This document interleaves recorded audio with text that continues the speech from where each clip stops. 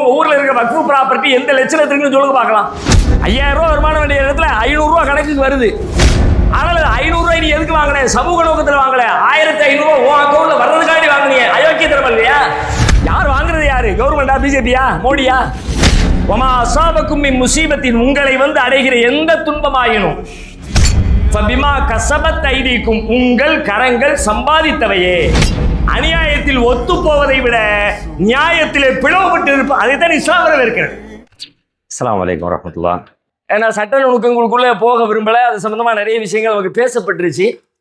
ஆனா அதுல இருக்கிற இன்னொரு விஷயம், இன்னொரு பகுதி, ஒரு காயினுடைய இரண்டாம் பக்கத்தை போல இன்னொரு பகுதி என்னன்னு கேட்டா, இந்த மாதிரி அவர்கள் கொண்டு வருவதற்கான வாய்ப்பு எங்கிருந்து ஏற்பட்டது, அதற்கு நாம் எந்த வகையில் காரணமாக இருந்தோம்.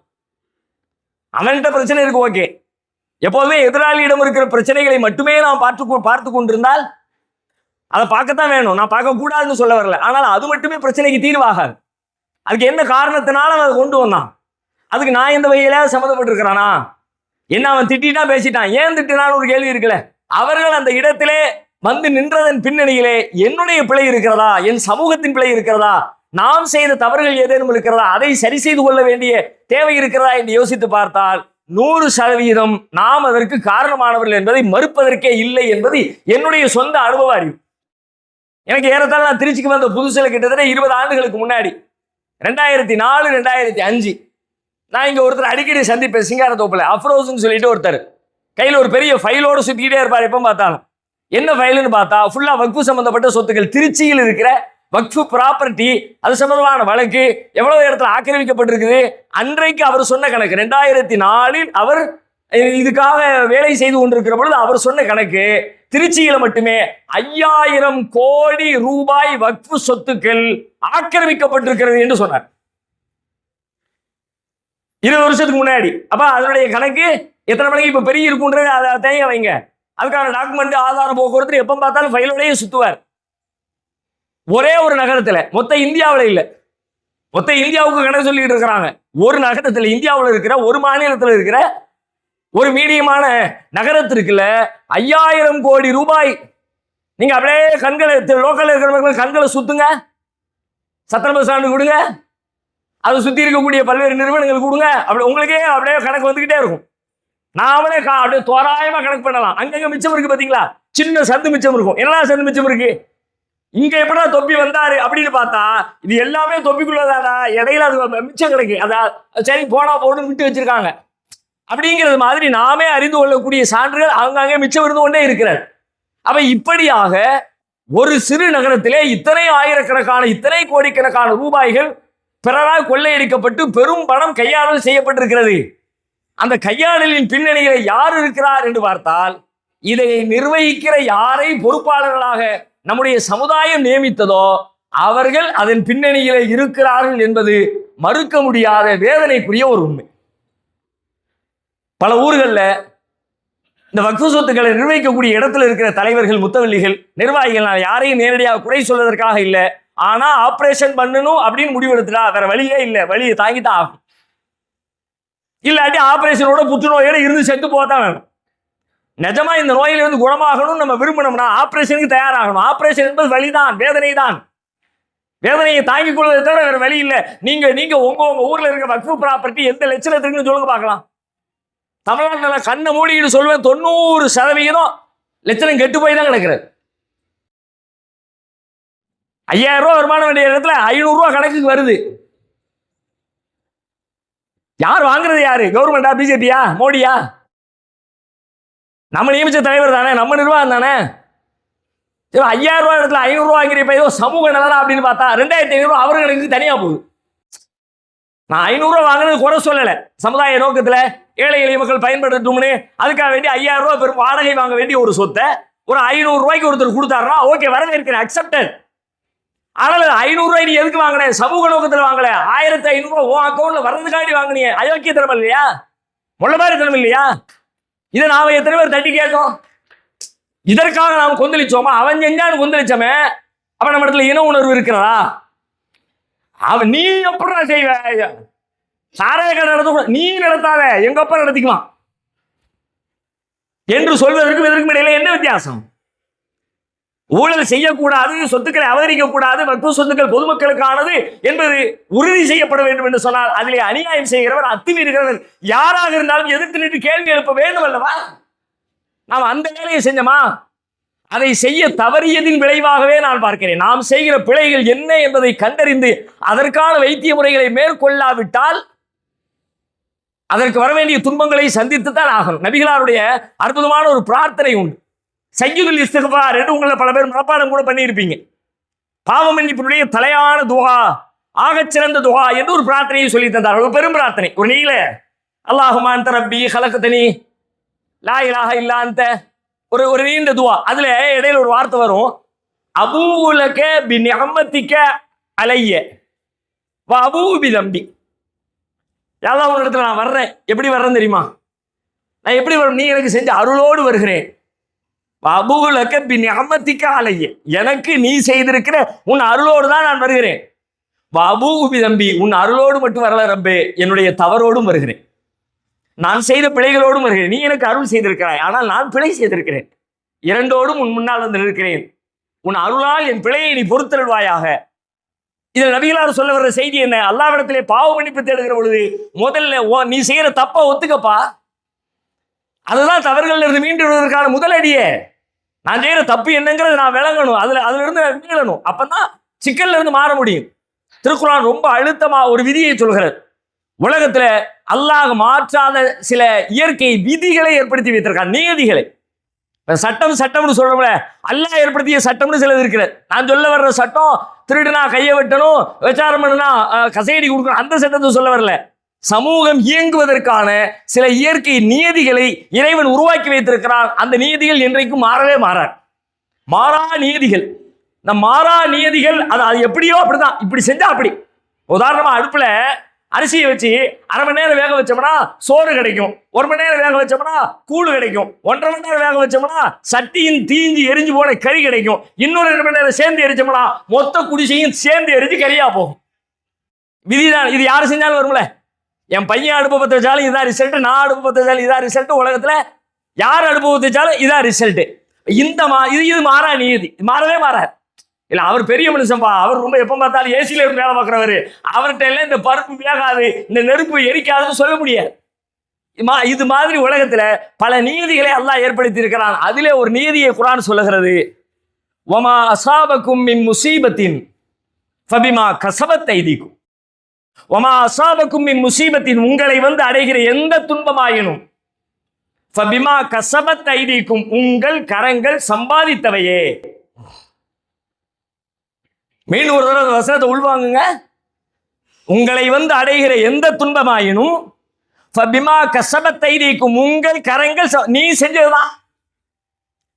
ஐயோ இப்படி பெருந்துன்பம் வந்துருச்சே, நீ நம்ப காரணம். திரும்பி பாரு என்ன செஞ்சேன்னு திரும்பி பாரு. உஹது போர்க்களத்துல முஸ்லிம்களுடைய படை பெரும் வீழ்ச்சிக்கு ஆளாகிறது. ஏறத்தாழ 70 பேர் கொல்லப்படுகிற அளவிற்கு பெரும் தோல்வியை சந்திக்கிறார்கள். சஹாபாக்கெல்லாம் புலம்புகிறார்கள். குல்து அன்னாஹாதா, எப்படி நடந்துச்சு? நம்ம அல்லாஹ்வுடைய படை இல்லையா? முஸ்லிம்களுடைய படை இல்லையா? ரசூலுல்லாஹ்வுடைய படை இல்லையா? எல்லாம் சரிதான். அவங்களால தாங்கிக்க முடியல. அல்லாஹ்வே நம்ம பக்கம்னா நம்ம தான் ஜெயிக்கணும். அந்த துணியில நபிகள் தோழர்களிடத்துல கேள்விகள் வருகிறது. இந்த கேள்வியை குர்ஆன் அட்ரஸ் பண்ணி அந்த கேள்விக்கு ஆன்சர் பண்ணுது. குல்து அன்னாஹாதா, எப்படி நடந்துச்சு அப்படின்னு நீங்க கேட்குறீங்க. ஒரு கேள்வியை கேட்டா கூட்டங்கள் ஆன்சர் சொல்ற சகோதரர் இந்த கேள்வி கேட்டிருக்கிறார் ஆரம்பிப்பேன். அது மாதிரி அல்லாஹ் ஆரம்பிக்கலாம். குல்தும் அன்னாஹாதா, இது எப்படி வந்துச்சு நீங்க கேட்குறீங்க.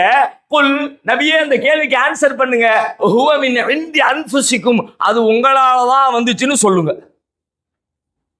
நீ பண்ண தப்பு தான். நான் ஒன்றும் தோல்வி அடைய வைக்கலப்பா. தோல்விக்குன்னு சில விதி வச்சிருக்கேன், வெற்றிக்குன்னு சில விதிகளை வச்சிருக்கேன். நீ தோல்விக்குரிய விதியை செஞ்சுட்ட. ஒரு தூதர் ஒரு கட்டளை போட்டிருக்காரு, அவர் ஒரு ஆர்டர் போடுறாரு, ஒரு தலைவர், நீ எல்லாம் இங்க நில்லு, இப்படி இப்படி கண்காணிச்சுக்க, நான் சொல்ற வரைக்கும் கீழே வரக்கூடாதுனாரு. அவர் சொல்றது கூட நீ வந்துட்ட, தோல்வி வந்துருச்சு. நீ செஞ்ச வேலை, நீ செஞ்ச தப்பு. குல் ஹுவ மின் இந்தி அன்ஃபுசிக்கும், உங்களால், நீங்க தான் அந்த தோல்விக்கும் அந்த இழப்புக்கும் காரணம் அப்படின்னு அல்லாஹ் சொல்லி காட்டுறான். எனவே இந்த பெரும் துன்பத்தின் பின்னணியிலே நாம் இருக்கிறோம், நம்முடைய பிழை இருக்கிறது. இப்ப நம்ம என்ன செய்யலாம்? ஆங்காங்கே இதை மீட்டெடுப்பதற்காக பெரும் கூட்டங்கள், மாநாடுகள், விழிப்புணர்ச்சிகள் ஓகே அல்ஹம்துலில்லாஹ் செய்யப்பட வேண்டும். ஆனால் மைக்ரோ லெவல்ல அடியிலே இருந்து வேலை செய்கிற குறைந்தபட்ச ஆக சிறிய அளவில் இருந்து துவங்கப்படுகிற வேலைகளின் வழியாகத்தான் மாற்றங்கள் நிகழ முடியும். அப்படியானால் லோக்கல் லெவல்ல என்ன, லோக்கல் பாடி ஒவ்வொரு ஊருக்கும், இந்த ஊர்ல வக்ஃப் சொத்து இருக்குதா, பொது ப்ராப்பர்ட்டி என்ன இருக்கு, பள்ளிவாசல் இருக்குதா, தர்கா இருக்குதா, அதுக்கு சொந்தமான கட்டடங்கள் இருக்குதா, அதை யார் நிர்வகிக்கிறா, கரெக்டாக நிர்வகிக்கிறாங்களா, கரெக்டாக வசூல் செய்யப்படுகிறதா, அந்த பணம் எங்கே போகப்படுகிறது, யாருக்கு போகுது, அது தலைவர் பார்த்துக்குவாரு, நிர்வாகம் பார்த்துக்கும். அப்படியெல்லாம் இனிமே உட்கார்ந்துட்டு கூட நல்லவராகவே இருக்கட்டும், செக் பண்ணிட்டு நல்லவர் சான்றளிச்சுட்டு சும்மா இருங்க. நீங்க இல்லை மற்ற ஊர் மாதிரி எங்க தலைவர் கிடையாது, இருக்கட்டும். நான் எல்லா தலைவரும் மோசம்னு சொல்லல, ஆனா இவர் எப்படி கரெக்டா இல்லையா அப்படின்றத செக் பண்ணி ஸ்டாம்பு குத்து. நீ லோக்கல்ல உள்ள பீப்புள், உன் ஊருக்காரன் 50 குடும்பம் இருக்கு, 100 குடும்பம் இருக்கு, 500 குடும்பம் இருக்கு, நீ உட்காரு. இந்த அங்குள்ள வாலிபர்கள் கிளம்பு. நீ படிச்சுட்டல, 10th படிச்சுட்டு 12th படிச்சுட்டு எல்லாம் கணக்கு எல்லாம் தெரியுது இல்ல, போர்டில் போட சொல்லு, வருமானம் எவ்வளவுன்னு கேளு, ஜும்மா முடிஞ்சோட சலாம் சொல்லு. மிரட்ட வாய்ப்பு இருக்கிறது.